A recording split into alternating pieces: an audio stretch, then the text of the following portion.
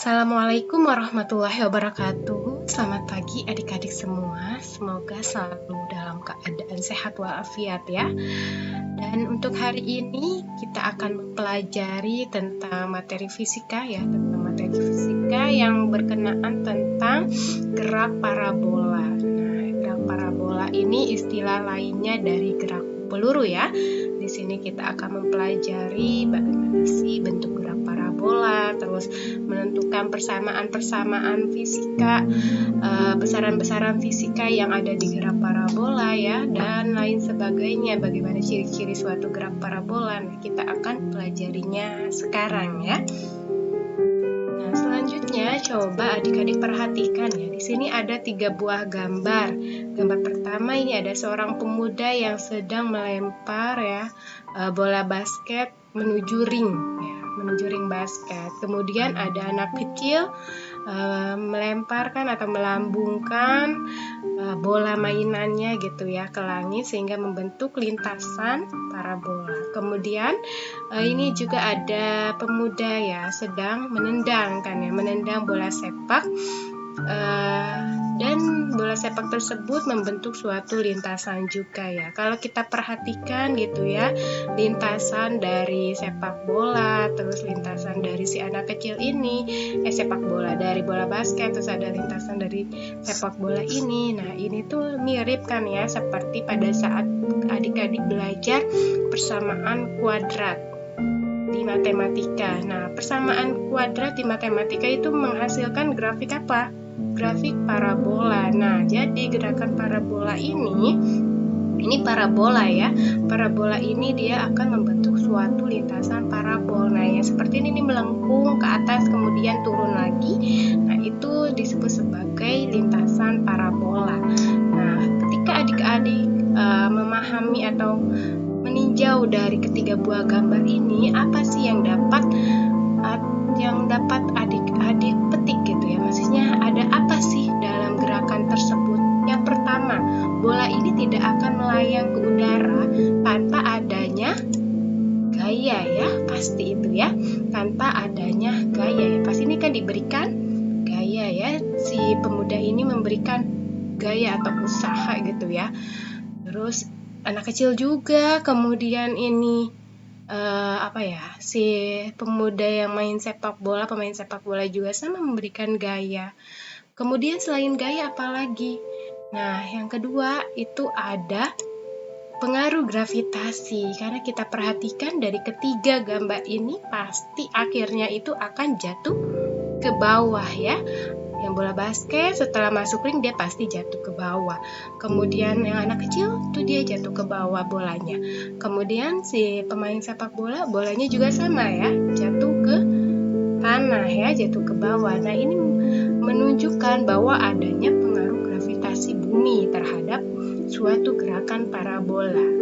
Dan yang terakhir itu ada hambatan udara. Ini sangat jelas ya, karena ketiga gambar ini itu melambung atau melayang di udara. Nah, sehingga pasti ada namanya hambatan gesek ya, atau gaya gesek udara. Nah, di situ adalah ciri-ciri khas dari gerakan parabola. Tetapi karena gerakan parabola yang akan kita tinjau adalah hanya gerakannya saja gitu ya, tanpa dipengaruhi oleh penyebab dari suatu gerakan. Nah, otomatis si gayanya ini kita tidak akan pelajari dulu untuk saat ini. Dan selain itu, karena dianggap gerakannya ini atau modelnya ini sebagai model yang ideal, terus kalau model ideal ini artinya gerakannya itu tidak dipengaruhi oleh hambatan udara. Nah, sehingga hambatan gesek udara atau gaya gesek udara pada bab ini juga tidak akan kita bahas ya. Yang hanya kita bahas tentang pengaruh gravitasinya saja. Nah, selanjutnya jenis-jenis gerak parabola itu ada 3 buah jenis. Yang pertama, kita lihat ada apa nih? Gerakan benda berbentuk parabola ketika diberikan kecepatan awal dengan sudut tetap terhadap garis horizontal ya. Kita lihat ini diberikan kecepatan awal oleh si anak ini ya. Kemudian dengan sudutnya tetap dan terhadap garis horizontal. Nah, garis horizontal tuh yang mendatar seperti ini ya. Contohnya seperti apa tadi ya, banyak ya. Yang ini ya, anak melempar bola mainannya, atau yang tadi sepak bola ya. Sepak bola juga termasuk ke dalam jenis gerakan parabola yang ini. Kemudian atau yang permainan bola voli, nah itu kan terhadap garis horizontal ya, pemberian kecepatan awalnya. Kemudian yang kedua itu ada gerakan benda berbentuk parabola ketika diberikan kecepatan awal pada ketinggian tertentu dengan arah sejajar horizontal. Jadi kalau tadi kan ketinggiannya kita misalkan 0 gitu ya. Nah, kalau yang jenis yang kedua itu diberi ketinggian nih, diberi ketinggian tertentu gitu ya, dan dilemparkan yang sejajar terhadap garis horizontal. Ini contohnya seperti apa?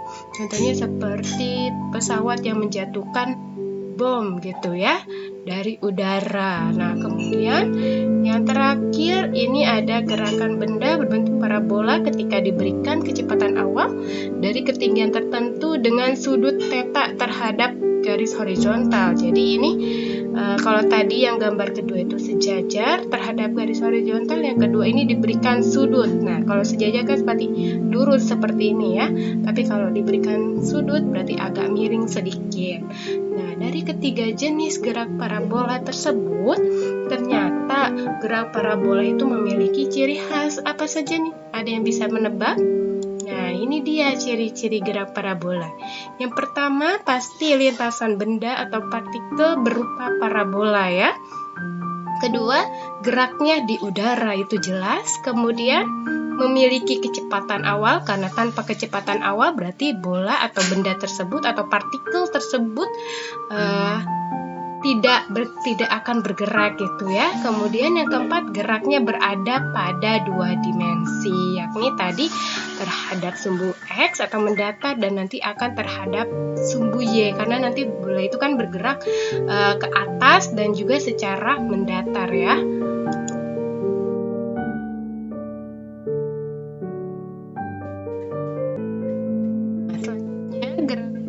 Parabola itu termasuk ke dalam gerakan dua dimensi ya.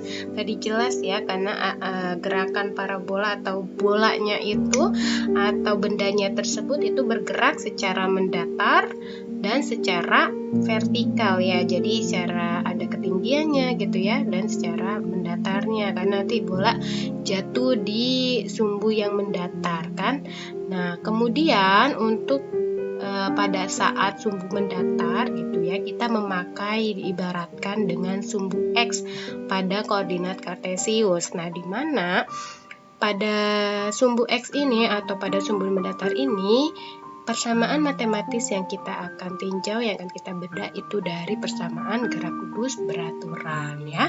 Jadi harap ingat kembali nih persamaan yang ada di gerak lurus beraturan. Nah, selanjutnya untuk gerak vertikal, pelajaran sebelumnya kita sudah mempelajari bahwa gerak lurus berubah beraturan itu maksudnya gerak vertikal itu termasuk ke dalam gerakan lurus berubah beraturan, sehingga nanti persamaan yang dipakai setiap gerakan vertikal atau setiap yang ditinjau terhadap sumbu Y itu kita akan menggunakan persamaan GLBB. Bagaimana pengaplikasiannya? Mari kita bedah bersama-sama. Nah, ini ya contohnya ya. Contohnya itu seperti bola ini ya. Ini kan lintasan parabola ya. Nanti ini bentuk lintasan yang akan ditinjau dari si bola tersebut gitu ya. Nah, ini bola di sini dia akan memiliki kecepatan awal ya. Tadi kan salah satu syarat dari gerakan parabola itu memiliki kecepatan awal, yakni sebesar V0. Arahnya itu seret.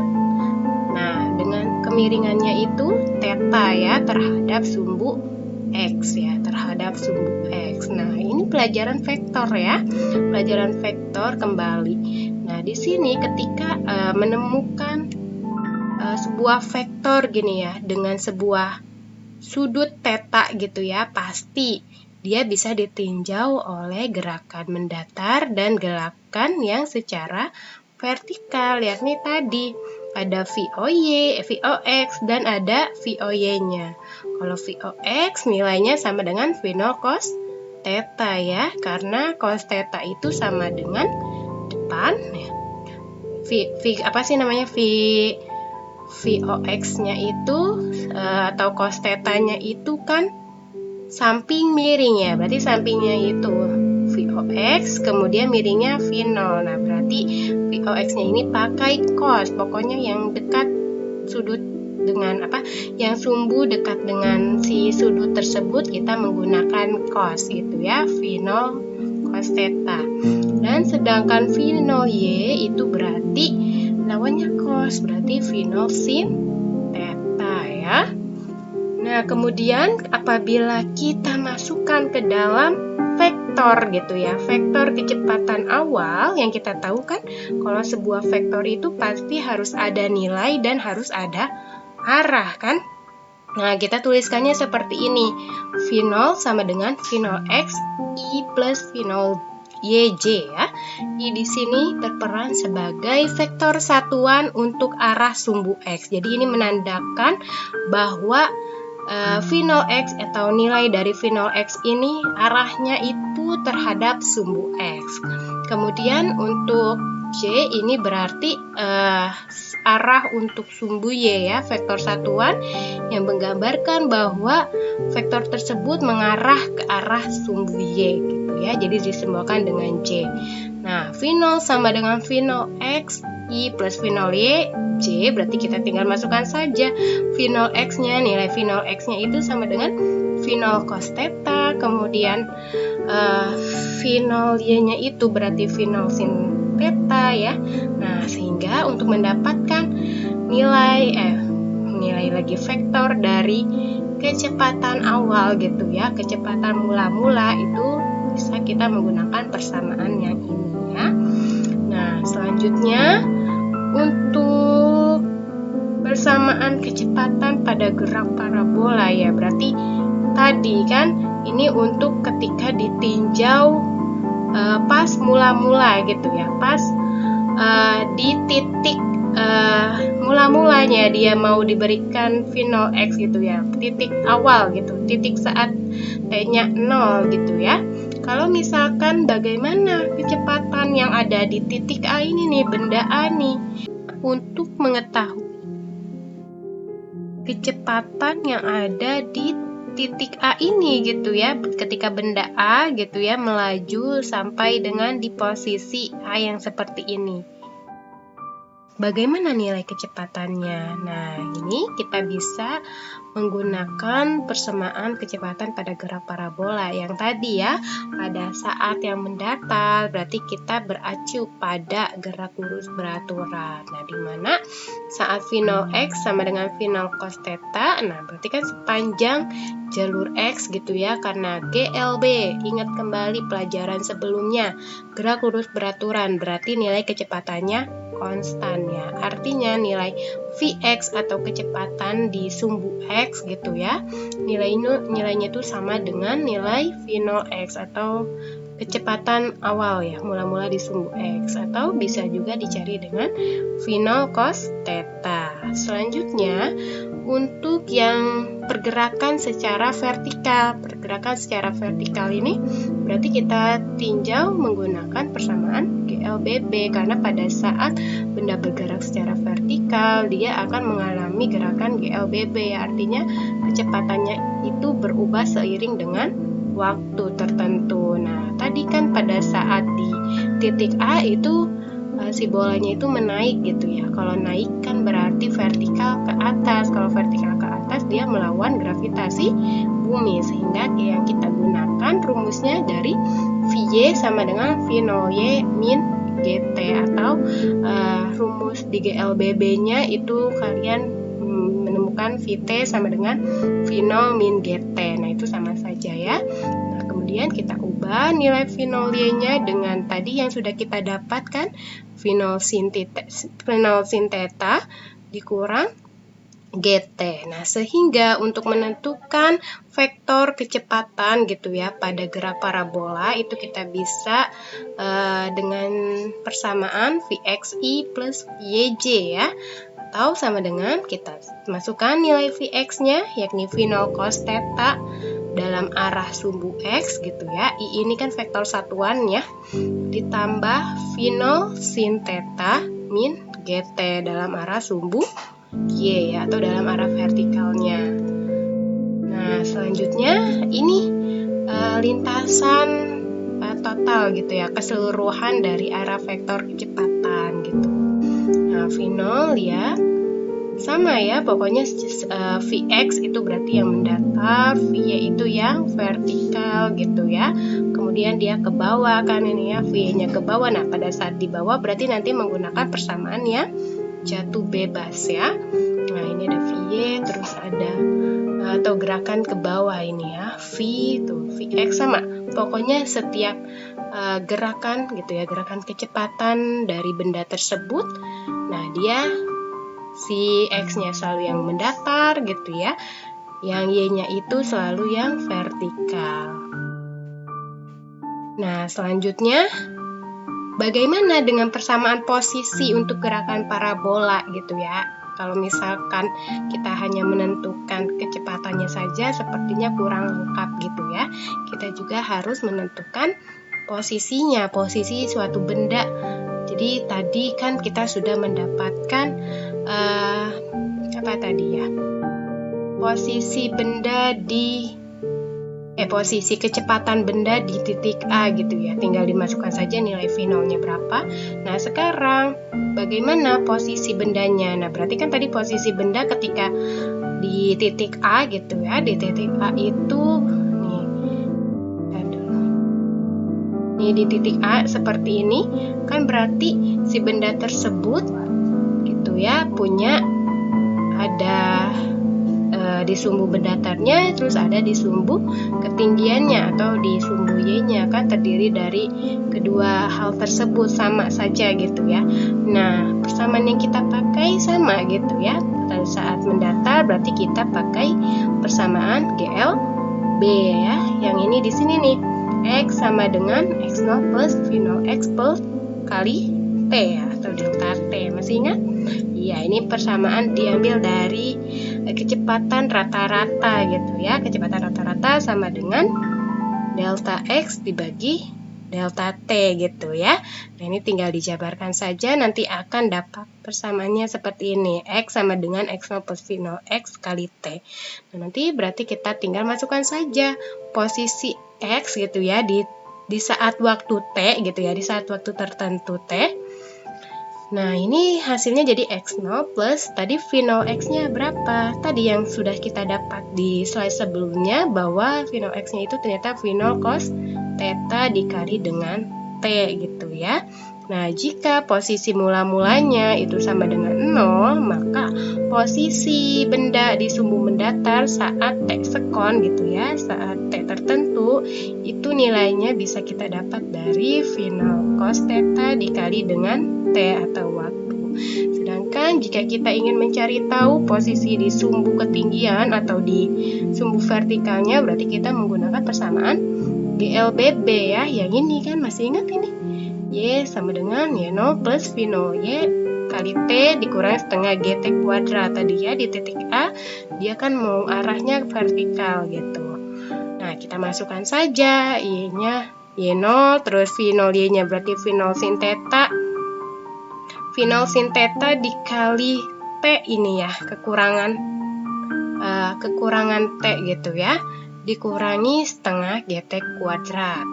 Nah, jika Y-nya sama dengan 0 gitu ya, maka Y-nya itu sama dengan V0 sin theta dikurangi setengah GT kuadrat. Ini V0 sin theta dikali T ya harusnya ya. Karena kan V0 Y ini baru V0 sin theta aja kan, belum dikali dengan T-nya ya. Kita lanjut. Sehingga dapat kita tuliskan kembali gitu ya, untuk koordinat di titik A, tadi ini di posisi yang seperti ini gitu kan. Nah, itu kan X, Y berarti ya, berarti posisi di X-nya, posisi di Y-nya gitu ya, si nilai Y-nya. Nah, ini kan kita dapat dari tadi, kalau X kita dapat V0 cos theta kali T, kemudian kalau dari Y-nya berarti kan V0 sin theta kali T dikurang setengah GT kuadrat.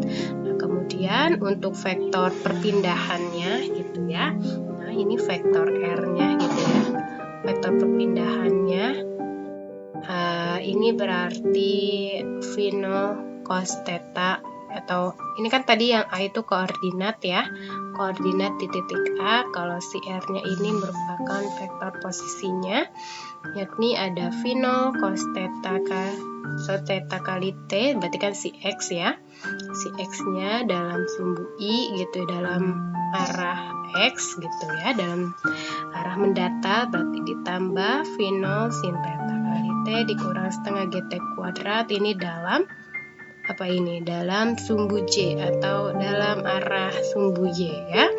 Nah, untuk vektor kecepatannya sama ya, seperti yang tadi kita bahas. Ini kesimpulan saja.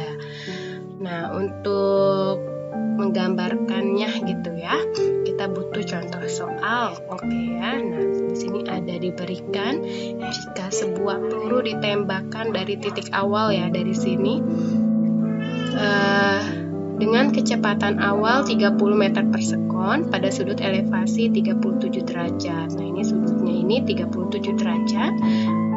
Kegedean sih ini ya, harusnya lebih lancip sedikit, 37 derajat. Jika percepatan gravitasi pada daerah tersebut 10 meter per sekon kuadrat, tentukanlah besar kecepatan awal peluru dalam arah sumbu X. Terus ada besar kecepatan awal peluru dalam arah sumbu Y, serta koordinat dan vektor posisi pada T sama dengan 2 sekon. Nah, kira-kira berada di koordinat mana dan pada saat vektor posisinya bagaimana ya? Jawabnya, nah ini ya. Jadi untuk menentukan besar kecepatan awal peluru dalam arah sumbu X, berarti kan V0 X yang kita cari menggunakan persamaan V0 cos theta. Nah, sehingga nanti dapat V0 X-nya itu sama dengan 24 meter per sekon. Nah, selanjutnya untuk besar kecepatan awal peluru dalam arah sumbu Y gitu ya. Nah, kita dapat cari dengan menggunakan persamaan yang tadi ini, yakni V0 Y sama dengan V0 sin theta min GT ya. Nah, sehingga nanti dapat nilai V0 Y-nya itu sama dengan 18 meter per sekon.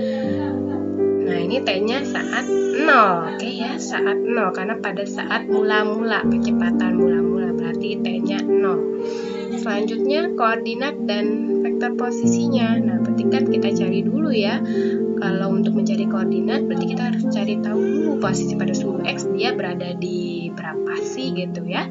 Nah, dengan cara X sama dengan X0 plus V0X kali T. Nah, tinggal dimasukkan nilai T-nya sama dengan 2, terus V0X-nya 24, dapatlah bahwa posisi di sumbu X ya, benda tersebut ada di 48 meter. Selanjutnya, untuk posisi pada sumbu Y-nya, menggunakan persamaan yang Y0 plus V0 YT min setengah GT kuadrat gitu ya. Tinggal dimasukkan nilai T-nya 2 dan nilai-nilai yang lainnya sehingga dapat nilai ketinggiannya itu sama dengan 16 meter ya. Nah, sehingga koordinat posisi saat 2 sekon itu bisa dituliskan 4 kan X, Y ya, yakni 48,16 meter ya. Dan untuk vektor posisinya, nah kita tinggal tambahkan saja vektor satuannya kan, karena R sama dengan XI plus YJ ya, YJ, X-nya berarti 48 dalam arah sumbu X plus 16 dalam arah sumbu Y ya, dalam arah vertikalnya. Cukup jelas kan? Nah, sekarang ada tugas ya. Tugas yang pertama, silakan adik-adik mencari informasi gitu ya. Kemudian mempelajari penurunan persamaan matematis gerakan parabola. karena diharapkan dengan mencari tahu gitu ya, mencari tahu lebih dulu itu akan lebih paham dan nanti akan ada bahan yang akan kita diskusikan gitu ya. Nah, untuk apa aja yang harus dicari? Yang pertama ini untuk saat benda ya, saat benda ini mencapai ketinggian maksimum. Kemudian jangkauan terjauh yang dicapai benda, jangkauan terjauh berarti X ya, si X-nya. Yang terjauhnya berarti sampai berapa meter dia bergerak gitu ya terhadap sumbu X-nya. Kemudian ada waktu benda melayang di udara, berarti yang membentuk parabola, berarti dari sini titik sini ke sini gitu ya. Itu waktu benda melayang di udaranya bagaimana. Itu tugas yang pertama.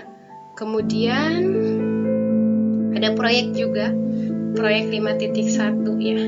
Di sini proyeknya itu membandingkan persamaan matematis yang telah adik-adik cari di tugas 5.1 gitu ya, penurunannya dengan simulasi eksperimen parabola ya. Jadi nanti akan dibagi menjadi 2 regu lagi gitu ya. Ibu kan suka membagi-bagi 2 kelompok kayak gitu. Dengan catatan gravitasinya itu 10 meter per sekon kuadrat dan kecepatan awalnya 10 meter per sekon. Nah, bagaimana? Nah, untuk absen yang ganjil, pembagiannya absen ganjil, silakan adik-adik menghitung ketinggian maksimum, jangkauan terjauh, waktu benda melayang di udara menggunakan persamaan matematis yang telah adik-adik dapatkan gitu ya. Yang tadi di tugas 5.1 untuk keadaan yang seperti ini nih. Sudut elevasinya 15 derajat, 30 derajat, 45 derajat, 60 derajat, dan 75 derajat, serta kecepatan awalnya 10 meter per sekon dan percepatan gravitasinya 10 meter per sekon kuadrat. Itu ganjil ya. Sedangkan yang genap sama, mencari ketinggian maksimum, jangkauan terjauh, dan waktu benda melayang di udara. Tetapi kalau yang tadi ganjil itu menggunakan persamaan matematis, sedangkan yang genap ini melalui simulasi eksperimen parabola ya. Nah, kemudian untuk outputnya gitu ya, untuk ganjil dan genap ini sebuah tabel ya, tabel dari sudut elevasi 15 sampai dengan 75 derajat, nanti ketinggian maksimumnya berapa, jangkauan terjauhnya berapa dalam meter, serta waktu melayang di udaranya berapa dalam sekon ya. Nah, selanjutnya kita akan mempelajari bagaimana melakukan simulasi eksperimen parabola menggunakan bantuan aplikasi ya. Nah, ini ya, kita ada di project SealMotion ya. Ini salah satu keluaran dari PET gitu ya, nama simulasinya. Nah, jadi ini untuk menentukan nilai jangkauan, terus nilai kecepatan maksimum, ketinggian maksimum, dan ada waktu yang ditempuh benda untuk melayang di udara. Ini terdiri dari 3 buah menu ya. Kalau intro ini hanya contoh gitu ya bagaimana caranya. Kemudian vektor itu berarti nanti arah dari kecepatan dan percepatannya itu bagaimana ya saat benda melakukan gerakan parabola. Kemudian ini drag itu artinya gaya hambat udara, sedangkan lab ini untuk percobaannya. Kita masuk ke dalam menu lab ya, atau laboratorium. Kita masuk. Nah, di menu laboratorium ini kita lihat, kita tinjau ya. Ini ada objeknya gitu ya, ada pelurunya gitu ya di sini, atau benda yang meluncurkannya. Nah, kemudian selain benda ini ada apa lagi nih? Ada initial speed. Kalau initial speed ini sebagai kecepatan mula-mula. Jadi nanti di range 10 ya. Di range 10 kita bentuk. Nah, kemudian di kolom ini ada jenis bolanya, kita mau menggunakan bola apa. Kalau ini tidak masalah mau golf, mau apapun, karena gerakan parabola tidak bergantung pada gayanya gitu ya, sehingga untuk berat atau massa dari bola ini bisa diabaikan gitu ya, tidak mempengaruhi si gerakan gitu ya, karena dianggap sebuah partikel si benda tersebut. Diameter pun sama, dan yang kita setting hanya di gravitasinya saja ya, yakni sekitar 10 ya tadi itu ya. 10 saja supaya mempermudah perhitungan gitu ya. Nah, selanjutnya kita langsung memulainya dengan, terus kita mengatur sudut dulu nih. Kita mengatur sudut ya. Tadi kan 30 derajat gitu ya. Berarti kita atur sampai dengan 30 derajat gitu ya. Nah, kemudian tembakkan nih. Ini arah tembaknya ya. Kita tembakkan. Nah, dia akan membentuk suatu lintasan tertentu ya. Nah, ini lintasan parabola kan ya. Nah, kemudian untuk menentukan jangkauan maksimum sama ketinggian maksimumnya dari mana? Nah, kita ambil nih si ini ya, si menu ini ya, si kolom ini. Ketinggian maksimum berarti kan di sini, di titik sini. Nah, ini kita lihat ada ya, height-nya atau ketinggiannya sebesar 1,25 meter, dan untuk waktunya itu ada 0,5 sekon. Dan untuk jangkauan maksimumnya kita ambil ya di sini ya. Nah, ini jangkauan maksimumnya, range-nya ini 8,66, berarti ini jarak atau jangkauan terjauhnya ya, sejauh 8,66 meter, untuk waktunya 1 sekon gitu ya. Nah, cukup mudah kan? Nah, berarti setelah selesai gitu ya, kita bisa meresetnya, dan kita atur lagi nih si sudut-sudut yang ditanyakan ya. Gampang kan? Gampang, bisa ya. Untuk menentukan jangkauan maksimum, terus kecepatan, ketinggian maksimum, dan waktu tempuh saat di udaranya ya. Sekian dari Ibu presentasi kali ini, kurang lebihnya mohon maaf. Selamat melakukan simulasi dan selamat berhitung yang kebagian melakukan perhitungan gitu ya. Wabillahi taufiq wal hidayah. Wassalamualaikum warahmatullahi wabarakatuh.